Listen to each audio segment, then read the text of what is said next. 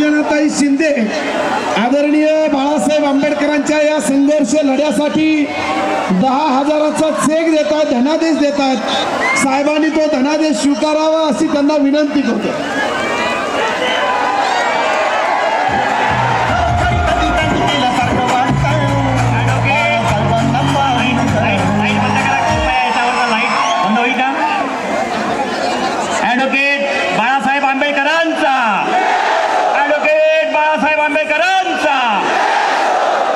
भारतीय लोकशाहीचे उद्धार करते आणि संविधानाचे रक्षक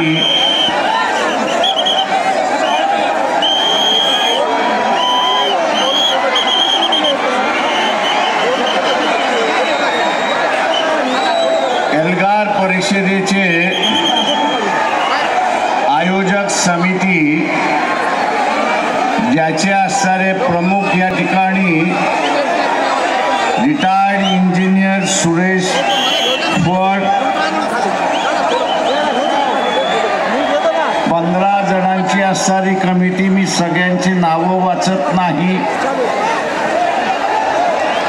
मंचकावरती ज्यांनी आपला असणारं मनोगत व्यक्त केले असे असणारे प्रकाश बापूजी शेंडगे, त्याच्याच बरोबर सन्माननीय TP मुंडेजी प्राध्यापक, किसन चव्हाण, नागोराव पांचाळ,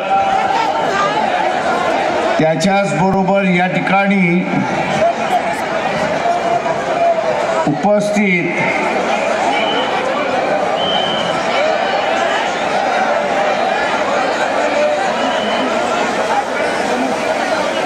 सन्मानित मंच उपस्थित बंधूंनो आणि भगिनींनो, घोडा मैदान आता जवळ यायला लागले हे आपण लक्षात घ्या.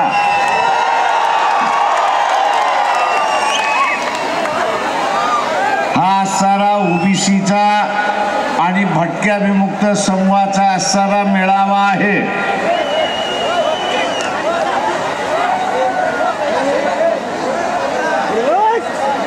मी सर्वात प्रथम या ठिकाणी ओबीसी आणि भटक्या विमुक्तांना धन्यवाद देतो की ते स्वतःच्या पैशाने कुठल्याही प्रकारची गाडी घोडा कोणाकडे न मागता ते आज या सभेला आले. त्याच्याबद्दल मी त्यांचं मनपूर्वक आभार मानतो. खऱ्या अर्थाने हा लढा सुरुवात झाला असं मी मानतो. आपली चळवळ ही आपली चळवळ, आपला प्रश्न हा आपला प्रश्न आणि आपला प्रश्न सोडवणं हे आपणच सोडवू शकतो, दुसरं कोणीच सोडवू शकत नाही. हे 70 वर्षामध्ये आपण या ठिकाणी पाहिलेलं आहे. आपला प्रश्न काय? साधा आणि सोपा असणारा प्रश्न आहे. साधा आणि सोपा असणारा प्रश्न आहे आणि तो म्हणजे की आम्हाला मिळालेलं आरक्षण आम्हालाच टिकवायचं आहे. आम्हाला मिळालेलं आरक्षण आम्हालाच टिकवायचं आहे. शास्त्राला कुणालाही आरक्षण द्यायचं असेल तर त्यांनी त्याचं वेगळं ताट करावं आणि त्या वेगळ्या ताटामध्ये त्याला आरक्षण द्यावं, ही आपली असणारी साधी सुधी मागणी आहे. मित्रो,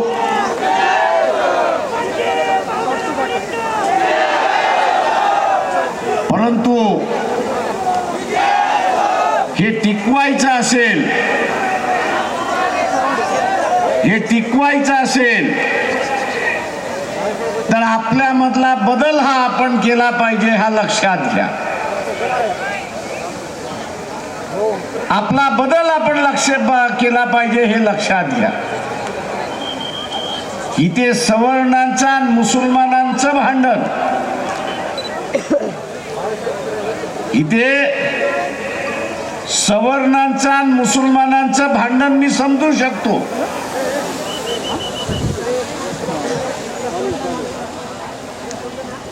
ते आपणही समजावून घेतलं पाहिजे. ते भांडण काय आहे? ते भांडण हे आहे की याच्या अगोदर मुसलमान येण्याच्या अगोदर सवर्णांचं राज्य होतं. ओबीसीचं राज्य होतं का? होतं का? मुसलमानांनी आक्रमण केलं, बाहेरच्या मुसलमानांनी येऊन आक्रमण केलं. त्यांनी सत्ता कोणाची हस्तगत केली? सवर्णांची हस्तगत केली. सवर्णांची सत्ता हस्तगत केली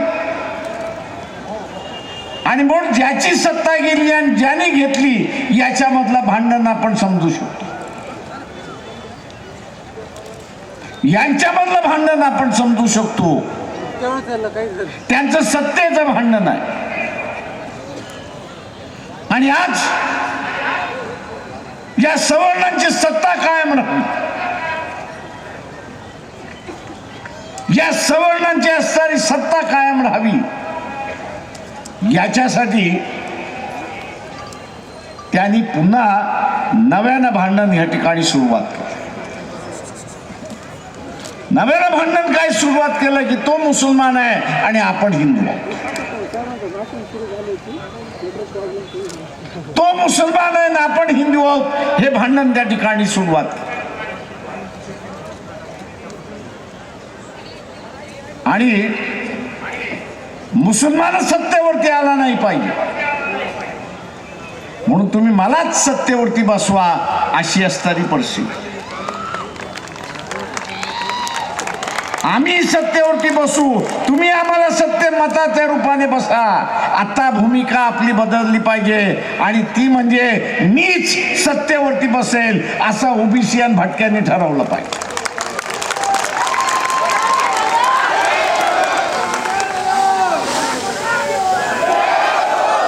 आताची असणारी सत्ता जी आहे, आताची असणारी सत्ता जी आहे ती ओबीसी आणि भटका आणि आदिवासी इथला असणारा दलित जो आहे यांनी मिळून आपली ही सत्ता बसवली पाहिजे हे लक्षात घ्या. मी मुसलमानांना आवाहन करणार आहे,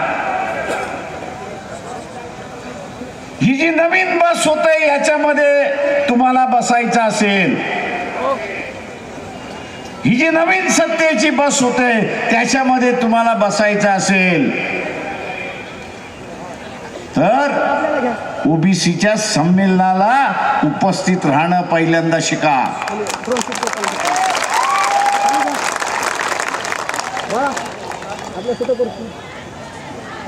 ओबीसींच्या, भटक्यांच्या, फुले शाहू आंबेडकरी वाद्यांच्या सभा संमेलनामध्ये सहभाग व्हायला सुरुवात केला.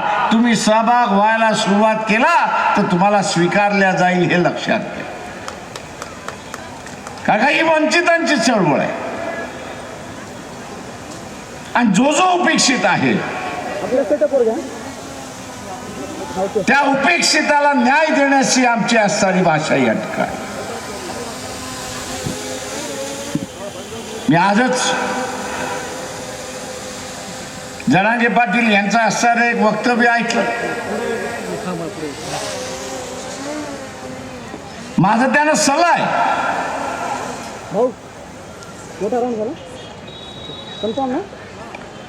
माझा सल्ला आहे त्यांना की त्यांनी असं म्हटलं की आम्हाला बीजेपीला धडा शिकवायचा आहे. मी त्यांना असं म्हणतोय की या बीजेपी बरोबरच हा जो निजामी मराठा आहे त्यालाही आपण धडा शिकवायचा आहे हे लक्षात घ्या. कारण आजच्या गरीब मराठ्याची अवस्था ही जर कोणी केली असेल तर प्रकाश बापू शेंडगे यांनी म्हटलं की ज्याचे कारखाने, सहकारी कारखाने उभे राहील, दूध संस्था उभ्या राहिल्या, DCC बँका उभ्या राहिल्या. यांनी या गरीब मराठ्याला या संस्थेमध्ये पाय ठेवू दिला नाही अशी असतानी परिस्थिती. त्या संस्थेमध्ये भागीदार सुद्धा करून घेतला नाही अशी असतानी परिस्थिती. आणि म्हणून माझं जयरांगे पाटील यांना असणारी विनंती आहे, सल्ला आहे की फडणवीसांबरोबर BJP बरोबर हिशेब करायचा असेल तर या निजामी मराठ्यांचा जोपर्यंत तुम्ही हिशेब करणार नाही तोपर्यंत गरीब मराठ्याला न्याय देऊ शकणार नाही हे आपण लक्षात घ्या. जे शिवाजी महाराजांनी केलं त्यांनी मावळ्याला हाताशी धरलं. 17-18 पकड जातीच्या मावळ्यानं त्यांनी असताना हाताशी धरलं आणि 17-18 पगड जातीच्या मावळ्यानं हाताशी धरून शिवाजीने स्वतःचं असताना राज्य प्रस्थापित केलं. राज्य प्रस्थापित केलं. जरांगे पाटील, माझा आपल्याला असणारा सल्ला आहे की मराठा समाजाच्या आरक्षणासाठी हा OBC सुद्धा लढायला तयार आहे, पण त्याची अट तुम्ही असणारा मान्य केली पाहिजे. त्याची अट काय आहे? त्याची अट आहे की माझं ताट माझ्याकडे राहू द्या आणि आपण वेगळं ताट करू की ज्याच्यामध्ये गरीब मराठ्याला आपण असणारं आरक्षण.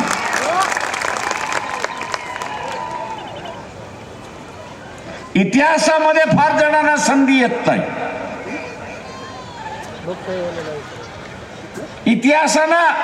इतिहासामध्ये फार जणांना संधी येत नाही. फार थोड्याच माणसाच्या वाटेला ती असणारी संधी येते. आज 6 महिन्यापूर्वी जरांगे पाटील कोण होते कोणालाच माहित नव्हतं. सामान्यातला सामान्य व्यक्ती.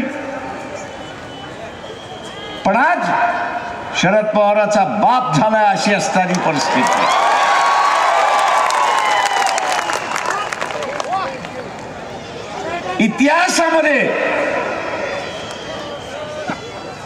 इतिहासामध्ये नाव कोरण्याची असणारी संधी त्या ठिकाणी आली. एक नवा इतिहास घडवण्याची असणारी संधी आली. शिवाजी महाराजांनी जसं एक नवं राज्य उपस्थित केलं आणि बलाढ्य मोगलांच्या विरोधात सुद्धा ते टिकलं. त्याचं कारण की आलुतेदार बलुतेदार हा सैन्यामध्ये नसेल तरी तो सैन्यासारखा काम करत होता हे आपण असायला लक्षात घ्या. तो सैन्य नसेल पण सैन्यासारखा काम करत होता लक्षात घ्या. आज या देशामधल्या नव्या व्यवस्थेचा असणारा इतिहास आरक्षणाच्या निमित्ताने येण्याची संधी आपल्याला मिळालेली आहे. ती दडवू नका एवढीच माझी असताना आपल्याला सल्ला आहे. कारण इथल्या असणाऱ्या निजामी मराठा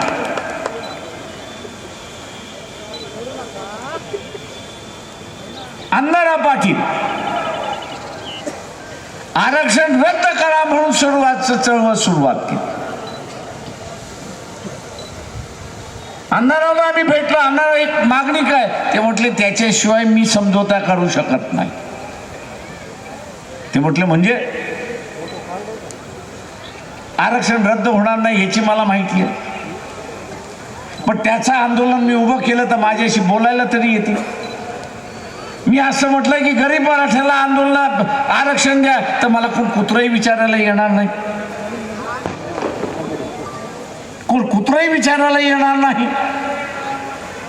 आणि म्हणून ते आंदोलन पचलं गेलं.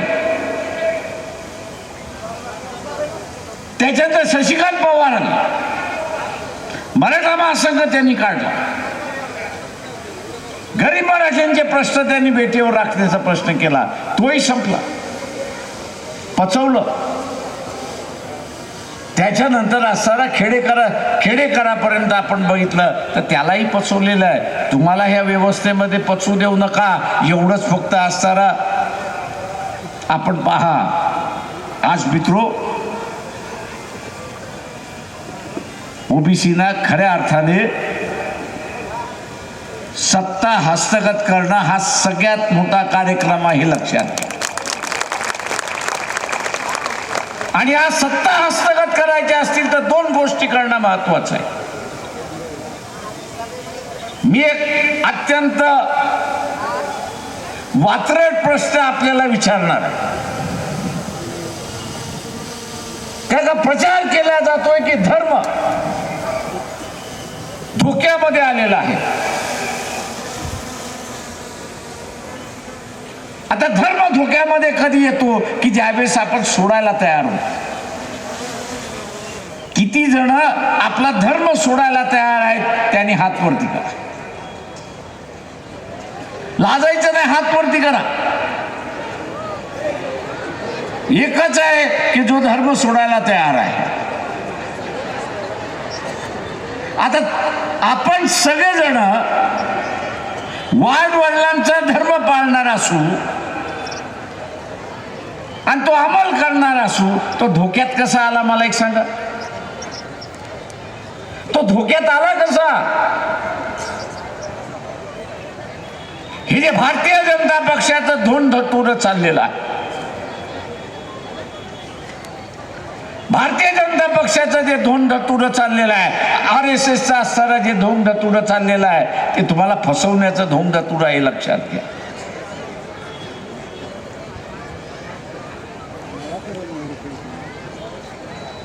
RSS BJPचा असणारा जो धर्म आहे तो तुमचाही धर्म आहे, आपलाही धर्म आहे. ते जर असेल तर मग ओबीसीच्या विद्यार्थ्याला स्कॉलरशिप का नाही? आरक्षण इंदिरा सायानीच्या आणि VP सिंगामुळे असताना या ठिकाणी मिळालं, पण त्या ओबीसीच्या विद्यार्थ्याला स्कॉलरशिप का नाही? आज ओबीसी सुद्धा RSS आणि BJP जो धर्म मानतोय तोच धर्म मानतोय. मग भेदभाव का?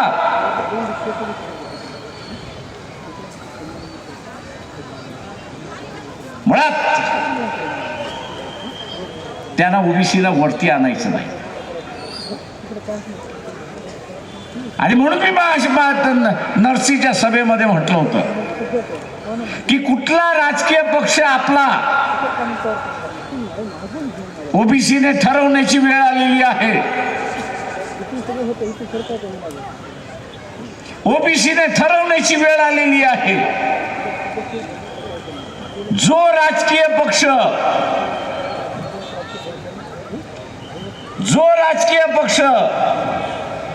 कमीत कमी 14 ओबीसीचे लोकसभेला उमेदवार देतील तोच आपला पक्ष म्हणून आपण समजायचा.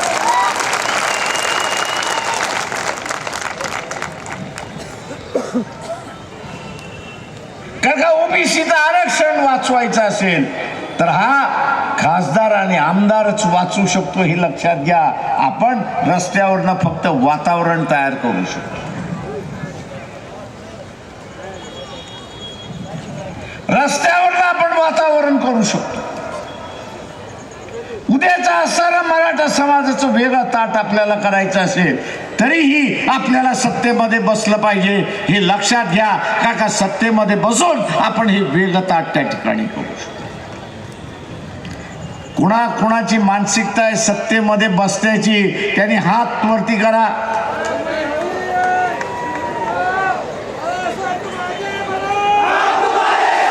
त्याच्यामुळे उद्या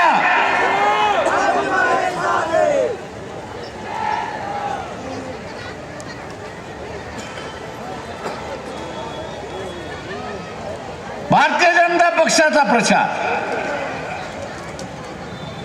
आम्ही राम मंदिर बांधलं, ते उद्घाटन केलं,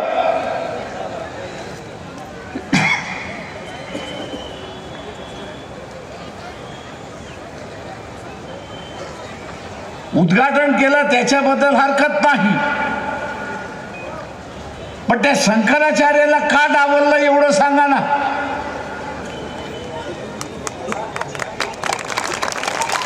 तुम्ही धार्मिक आहात असं म्हणता ना.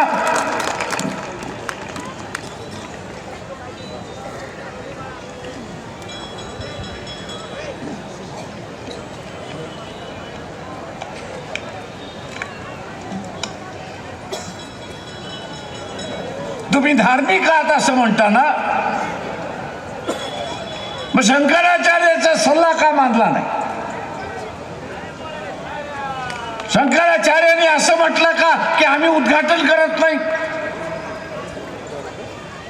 ते तर म्हटले आम्ही आनंदाने उद्घाटन करतो. पण त्यांनी पंतप्रधान नरेंद्र मोदी यांना सारा विनंती केली की हा महिना मध्ये शुभ दिवस नाही आहे, त्याच्यामुळे पुढच्या महिन्यामध्ये आपण, या महिन्यामध्ये शुभ दिवस नाही आहे, पुढच्या महिन्यामध्ये आपण असणार आहोत.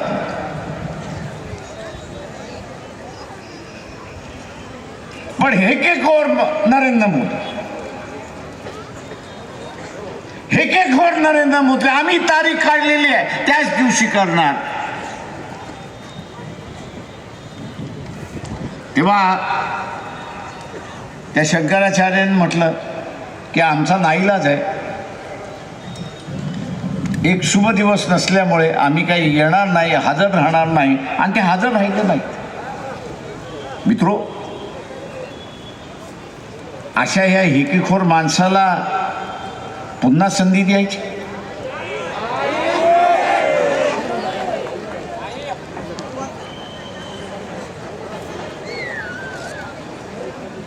आपण एक लक्षात घेतलं की देशाचा गाडा हाकायचा,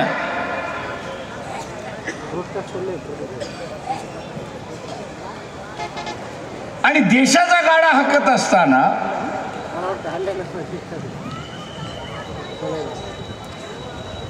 त्या माणसाकडे हेकेखोरपणा असून चालत नाही.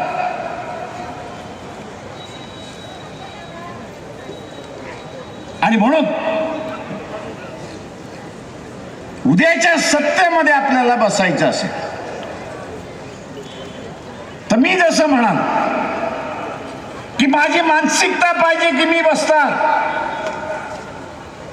माझी मानसिकता पाहिजे की मी आरक्षणवाद्यालाच मतदान देणार, दुसरं कुणाला देणार नाही. आहे का तुमची मानसिकता?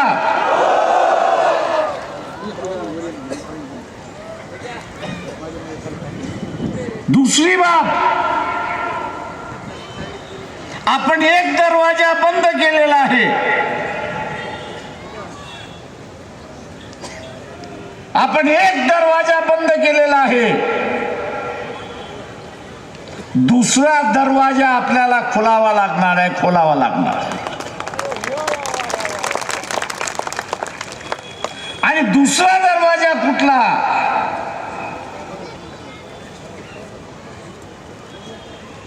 या ठिकाणी हा जो मुस्लिम मतदार आहे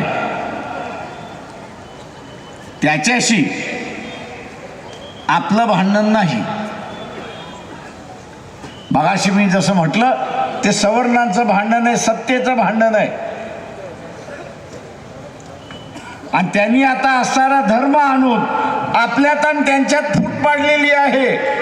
उद्याच जिंकायचं असेल आणि ओबीसीला सत्तेमध्ये बसायचं असेल तर हा नवा मित्र जोडायला आपण सुरुवात केली पाहिजे, हे लक्षात. हा नवा मित्र आपल्याला सरळ जोडायला सुरुवात केली. शिवाजी महाराजांनी आपला अख्खा आरमार ज्या मुसलमानांच्या ताब्यामध्ये देऊन एक विश्वास व्यक्त केला, आपण असणारा महाराजांच्या विचाराचेच वारसदार आहोत, हे आपण असणारा लक्षात घ्या. तेव्हा त्यांची नीती ही आपल्याला अपनावीच लागेल. त्यांची नीती ही आपल्याला अपनावीच लागेल. देवाणघेवाण हे आपल्याला करावं लागेल. तेव्हा कुठं ओबीसी आपला सत्ता मध्ये जाऊ शकतो आणि येऊ शकतो हे लक्षात घ्या. का जोपर्यंत 51% मतदार आपण होत नाही, आपल्याला जिंकण्याचं गणित सुद्धा मांडावं लागेल हे लक्षात घ्या. आपण 51% मतदार जोपर्यंत होत नाही आणि मतदान आपण जोपर्यंत घेत नाही तोपर्यंत सत्ता आपल्याकडे येत नाही हे लक्षात घ्या. आणि म्हणून हे 51% पोचण्यासाठी जे जे आपल्याला करावं लागेल ते आपण केलं पाहिजे.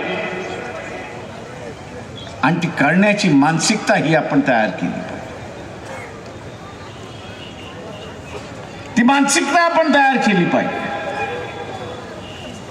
नुसती शब्दाने नाही तर कृतीने सुद्धा आपल्याला त्या ठिकाणी करावी लागते.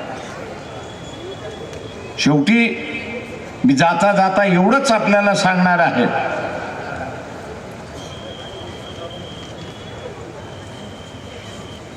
की वंचितचा जो उमेदवार, महासंघाचा जो उमेदवार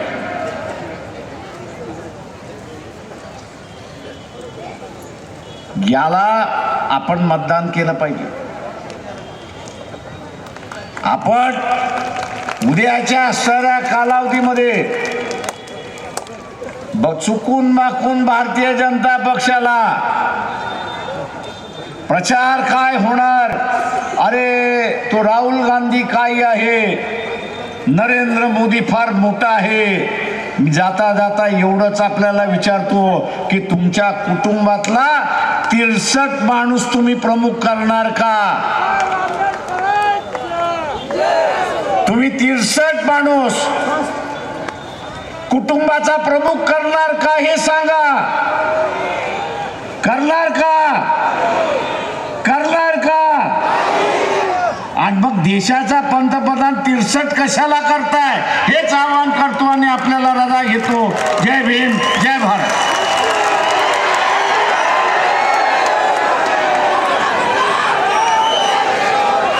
सर्व पाहुणे मंडळीचं एल्गार सभेला आल्यानिमित्त आभार व्यक्त करतो. आणि इथं जमलेल्या ओबीसी, भटकेमुक्त आणि दलित बांधवांचा सुद्धा आपण इथं भरभरून प्रतिसाद दिला त्याबद्दल संयोजकाच्या वतीनं मी इथं आभार व्यक्त करतो. धन्यवाद. जय भीम, जय भारत. सर्व समाज बांधवांना विनंती आहे की आपण शांततेच्या मार्गाने या ग्राउंडच्या बाहेर पडा. कोणी गडबड करू नका, गोंधळ करू नका. आतापर्यंत आपण जी संयमता दाखवलेली आहे, आपण जे 2-3 तास, जवळपास 2-3 नाही तर 6 तास या ठिकाणी आपण श्रद्धेय बाळासाहेबांचं अमूल्य असं मार्गदर्शन ऐकण्यासाठी आपण इथं थांबलो आहोत. आणि अशा प्रकारे आपण जो मोठा प्रतिसाद दिला त्या प्रतिसादाबद्दल आपले शतशः आभार. आपण जातानी अख्ख्या परभणीला आपला एक आदर्श पूर्ण जिल्ह्यात जाईल, महाराष्ट्रभर जाईल असे आपण शांततेने आता बाहेर पडायचं. महिला भगिनींना आधी जाऊ द्या, पुरुष मंडळींना गडबड करू नका. महिला मंडळीला गेल्याच्या नंतर पुरुष मंडळ जाऊ द्या. सर्व समाज बांधवाचे, भटके विमुक्त, जाती जमाती, जिल्हाभरातून, जिल्ह्याच्या बाहेरून आलेल्या सर्व समाज बांधवांचे खूप खूप या ठिकाणी आभार. आणि पोलीस प्रशासन, त्याच्यानंतर शासकीय यंत्रणा आपल्याला ज्या माध्यमातून इथं मदत झाली त्यांचेही खूप खूप मी आभार मानतो.